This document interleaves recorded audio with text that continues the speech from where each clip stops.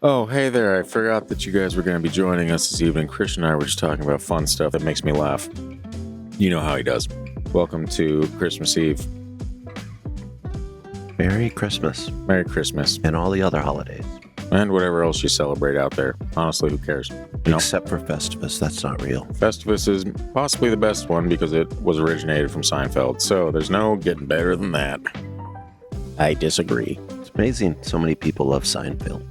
It's really not. It was a great show. It was all right. What are you guys doing out there, huh? Christmas Eve. We made it another year around the sun. I believe that's more New Year's Eve, so you can hold on to that till next week, but who cares, honestly? Christian and I have donned our gay apparel for the evening. Oh, I have not.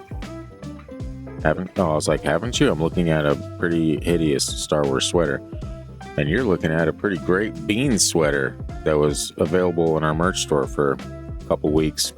Launched it a little late. Sorry about that. Maybe next year I'll do better. But for the time being, you get to see what it looks like on a delicious dad bod. You like that, you perverts? There we go. There you go. Good job. Well done. We have our eggnog. We're pretty much ready to roll. The eggnog, admittedly, is a little warm. It's a little on the warm side because I wasn't expecting you to be an hour late today. I wasn't expecting it either, but Classic. Man, waking up was something else. I had dreams of doppelgangers. Wow. Okie dokie. What are you guys doing for Christmas Eve, huh? You got traditions? Go ahead and comment them down below. Let us know what the gang is up to. We love hearing from you guys, and this time of year, it's all about giving back. So we're giving back to you via the magic of Christmas ghost stories. And this first one is called The Roommate. We hope you enjoy it. This is the only ghost I believe in, a Christmas ghost. Would you look at that? We did it. Yes. I forgot I'm wearing a turtleneck. Sexy turtleneck. You look very Scandinavian right now. Yeah, it's kind of, it fits the vibe. If I had a fireplace behind me, the ambiance would be perfect. But we're not here for that. We are here for, oh, by the way, before we actually get into this story, I'm here to remind you that the Christmas album, A Crazy Cryptid Christmas, is now available wherever you get your tunes. All right, wherever you're streaming music, you can find it. Just search TFD the Musical. Click on the album. Or if you're on YouTube right now, which you are because it's the only place to watch this, go ahead and click on the video and watch that. It's a great Christmas album for this type of content. Put a lot of man hours into writing those ridiculous lyrics and a lot of, well, not as many man hours into the AI generation of said lyrics, but it's fine. Who would have thought that a man would write songs about me? Well, actually, anyone that's met you would probably assume that men have written songs about you, but that's beside the point. Me, personally, they're usually in jest. And there's some great, really great material in there. You guys are going to really get a kick out of that. So go ahead and find out wherever you're at. If that's what you want to do, put it on as background ambience while your children are tearing through gifts that took you 14 hours to wrap.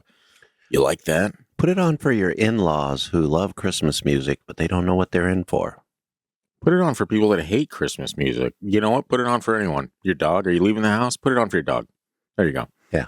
Anyway, let's get into this story before we rant for another 30 minutes, which is what we're prone to do. Scott's prone. Okay, let's not even get started on that. This first story is called The Roommate.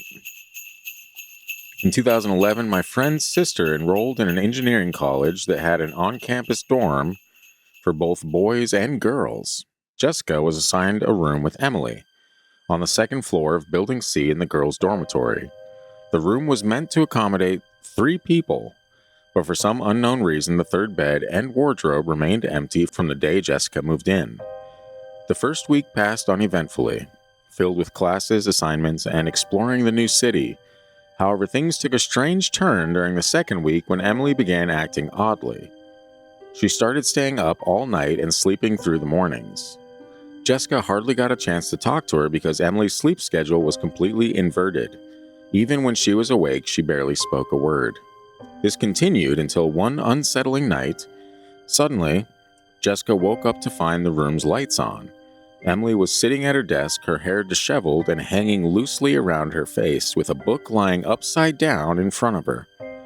Jessica called her name once, twice, 3 times a lady. Just kidding, 3 times louder each time. but there was no response. On the fourth attempt, when Jessica's voice was loud enough to wake their neighbors, Emily slowly lifted her head. What Jessica saw sent chills down her spine. Emily's eyes were wide open and bloodshot. In a hushed but chilling tone, she whispered, "Sleep." Jessica was utterly terrified. Somehow, she managed to close her eyes and wait out the night, staying awake until the clock struck 6. The next day, as soon as her lectures were over, she went straight to the dorm warden's office to request a room change. When the warden asked why she wanted to switch rooms, Jessica hesitated but explained how unsettling it was to live with Emily. The warden's eyes widened in shock. "There's no one else in that room with you," she said. "In fact, no roommate was ever assigned to you from day one." Oops. Oops, a daisy, it's a ghost. We found it. In the heart of Christmas, we found a ghost story. Actually, that probably didn't take place around Christmas, but we can make believe around here. Christian does it all the time with his explanations. You know this to be true. What do you think about that? It's a good story. Kind of A little bit of a twist I wasn't expecting. Me too. When I first got there, I was like, oh, it's like one of those, the call was coming from inside the house situations. You're like, oh, they never existed the entire time. It's not really good to have a ghost roommate. Or it's great, depending on how you look at it. Well, you know? This one sounds like this particular person became a ghost because of maybe the devil, the trauma of college life. Sometimes, going away to college can be overwhelming. Their soul just left their body. They're halfway through studying, just. Well, when you all of a sudden realize you have a ghost roommate or an imaginary roommate, whatever you want to call it, maybe you need to do some research. And we've mentioned this before. Some of these people that have these experiences, you could research what happened in your house, or in this case, in a dorm room, and you might find some tragedy, and at least it would make sense. I mean, I know we researched what happened in this house and we found some tragedy. I mean, but a lot of people don't. They're just like, this is crazy experience I just made up or had, depending on the story. Even on Christmas, Christian, even on Christmas Eve, humbug. You can't just be like, I believe in ghosts for the people, for the culture. No. Not even a wink. I went and got you warm eggnog and not even going to acknowledge the existence of ghosts one time. It's okay. This eggnog right here is real. The ghost right here, there's no ghost there because they don't exist. I don't know what to do about it anymore, guys. I've done literally everything in my power, which is not a lot to begin with. In a Christian world. In a Christian world. God would not abandon these lonely ghosts' souls. Christian, you don't understand or torture anything you're talking children. About. You understand absolutely nothing that you're talking about. And if you, instead of just bringing it up willy-nilly in passing on this podcast, approached it with an actual inquisitive mind outside of this podcast, I would give you answers. I would give you long-form answers that might actually, well, probably not, but would actually give you some kind of closure on those subjects. But he doesn't want to hear it, folks. He just wants to bring it up, trigger me on air, and watch me go like, yeah, that's not the way it is. You're but welcome. It's fine. You're welcome, fans. It's fine. We're going to get into a doppelganger story. I triggered him. Oh, someone save me. On Christmas Eve.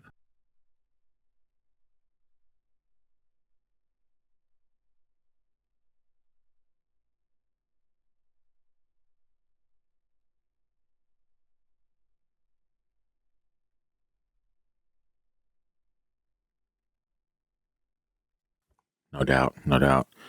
Guys, we're getting this other story before I try to convert Christian to Christianity, ironically. It's fine. This is called My Brother's Doppelganger. It says, when I was 11, my family lived in a 2-story rental home that was set up like a boarding house.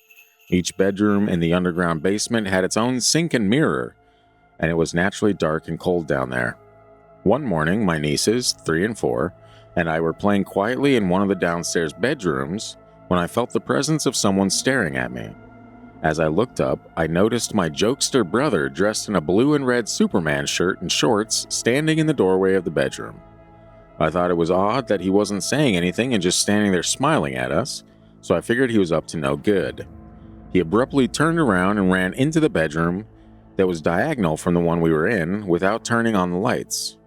I didn't think anything sinister at the time since I thought he was just playing around, so naturally, I chased after him. He stayed consistently a few feet ahead of me, and as we both ran into the dark room, a faint beam of light barely illuminated the closet. He suddenly stopped in front of the closet, turned around to face me, smiled a wide grin, no thank you, then ran into the dark closet. I immediately paused, thinking how strange his behavior was. I had to look in the closet because I was half expecting him to jump out and scare me, but when I looked, I found nothing. This snapped me out of play mode because he's the biggest scaredy cat I know, and he would never enter a dark room by himself, let alone a dark closet. Completely freaked out, I ran to grab my nieces, who were still playing in the original room, and hustled upstairs.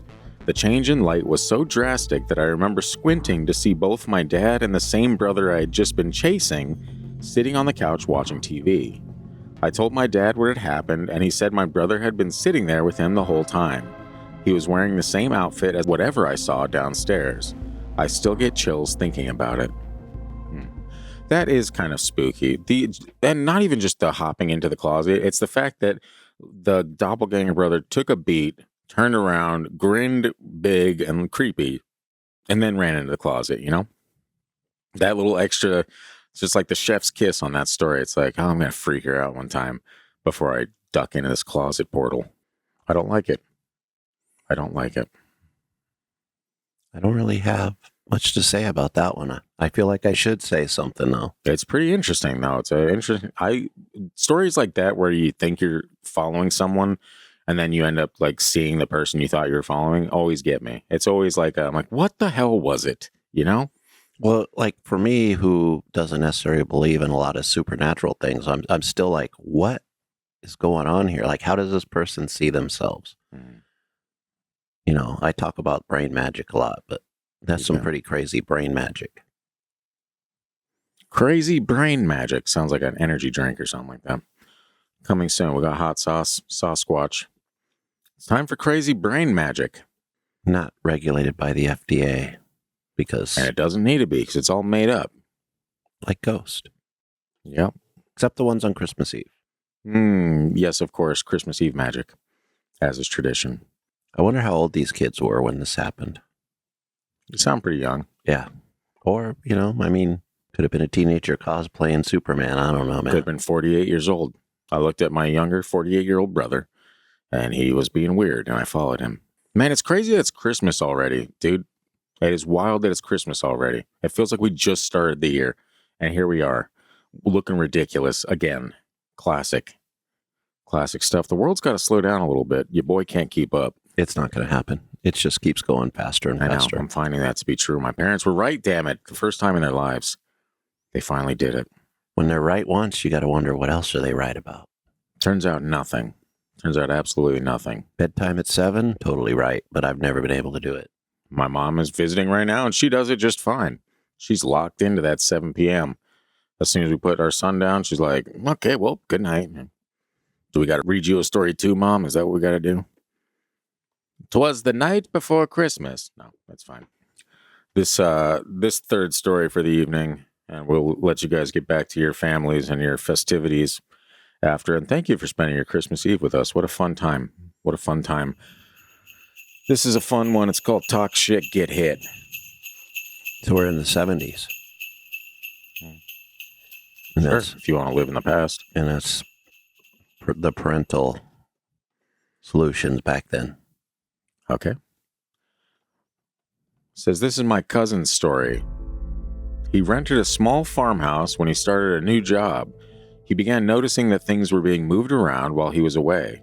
Suspecting his landlord was entering the house without permission, he confronted her. She denied it, but admitted that she had withheld something important before he moved in. Ooh. Uh-oh. It's haunted. Oh, no. She explained that the house was haunted. Oh, my goodness, Christian was right. That almost never happens. She mentioned that Civil War soldiers were buried on the property and speculated that one of them might be responsible. What would you do if someone said that to you? After like, actually, there's some Civil War soldiers on the property, and I think they might be the ones moving your things. I'd be like, well, funny thing is I work on this podcast about spooky stuff, and this is perfect. You would probably just be like, can you just give me my stuff back? That's really nice, but can you just give me my things back? You know? Anyway. And then I would buy sage and a Roomba. Oh, Christian. You and your Sage Roomba fantasies. Anyway, my cousin didn't believe her and decided to install cameras inside the home. While he was out of town for a week, he reviewed the footage upon his return. To his shock, he saw objects being moved with no one there. Concerned, he reached out to a friend who knew a paranormal investigator. The investigator visited the house and confirmed there was a spirit present, but assured him it wouldn't cause harm as long as it was left alone. Feeling somewhat reassured, my cousin decided to stay since the activity was limited to harmless disturbances. Eventually, he started dating a woman. After spending time at the house, his girlfriend also began noticing that things were being moved around. When he told her about the ghost, she laughed and called him crazy, insisting that ghosts aren't real. Time to ghost this girl. Oh, time to ghost this girl. She continued to mock him and dismissed his concerns. One day, while they were together, he walked into the kitchen. Moments later, he heard a loud slap. His girlfriend ran into the kitchen, visibly shaken, and told him that something had slapped her in the face. He noticed her cheek was bright red. Terrified, they both fled the house and never returned. My cousin later paid someone to retrieve his belongings. He eventually learned that the landlord's grandson had also been attacked in the house. Disturbed by the events, the landlord tore down the home and later sold the property. Well, that's what happens, all right? I don't believe in ghosts. You're silly. I have a problem with the fact that the landlord tore down the house and sold the property. You sell the property with the house on it, even if it's haunted, to make more money. This is America. It's all about money. Yeah. It's all about the Benjamins. Yeah. What would be hilarious if the landlord was like, well, took care of that, and then built another house on the property, and the ghost was like, I've just been sitting here in the grass waiting for this to happen, so I'm back, bitch, you know? I think that'd be the ideal end to this story, but they should have just put up a tent, like a Civil War era tent. Maybe the ghost would have gone there. Right next to the house. There you go. Throw some metal cups. Put a painting of Abraham Lincoln. Throw some, it depends on what part of the country you're in. Throw some cigarettes in there, tobacco, because spirits love tobacco. Sure, yeah, everyone knows spirits love tobacco. And Bigfoot. And Bigfoot, turns out. I believe that more than spirits, but... Me too. Especially because they're tobacco loving, not the, I know you're going to go into it because they're not real, but. I wasn't going to this time because, that's obvious. You feel like you've played that out a little bit? I just think everybody knows the truth. They're not real. And you know what's real is this fucking ball that just freaked me out because it touched my neck. That does happen with these things, yeah. This is actually a Santa hat beanie. So it's not like the conventional. I was like, there's got to be Santa hat beanies, right? And turns out there is. Thanks, Chinese people on Amazon. Or maybe Taiwan or any of those places. Thanks for taking my idea from the future and making it so that it was available when I thought of it. I dig it. And that's what I guess we're going to close it on, is my beanie. My beanie is my hat's not a beanie, but it sure is warm. Ooh, just tickled my neck again. Oh, is that Jack Frost nipping at the nape of your neck like some kind of pervert? Those are the ghosts I like. Not Jack Frost, the ones that touch the back of your neck or your buttocks. Well, I guess there's that. Merry Christmas, everyone. I don't know. I hope everyone enjoys your Christmas Eve. Go spend it with your family. Or if you don't have family, you're spending it with us. Comment, join the Facebook group, talk to us. We love hearing from you guys. Be part of our family. Be part of the Freaky Deaky family. And, yeah, I guess that's it. I have no idea how to end this video. Merry Christmas and a Happy New Year. Should we start caroling? Is it time? What does Carol have to do with this? Okay, well, and a 1, and a 2.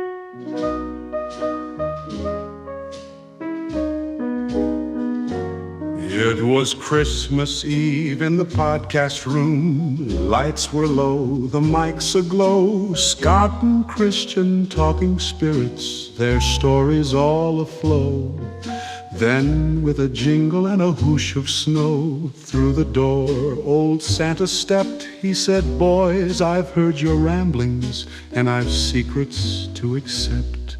Oh, Scott, you're right on everything. Ghosts and Bigfoot roam the night. Keep on telling tales of shadows. You're spreading the truth and light. Christian, you try so hard, my friend, but you're wrong on every call. Stop being a tight-ass skeptic. and just believe it all. Scott's eyes twinkled, Christian frowned, their minds began to race. Are you saying Bigfoot's real? Santa grinned, I've seen his face. He waved his hand and the studio gleamed, a portal opened wide.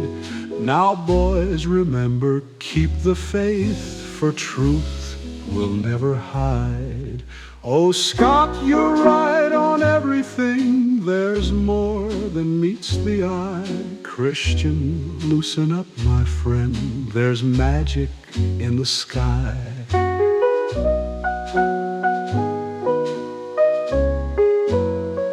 With a wink and a laugh, he vanished through a swirl of magic bright.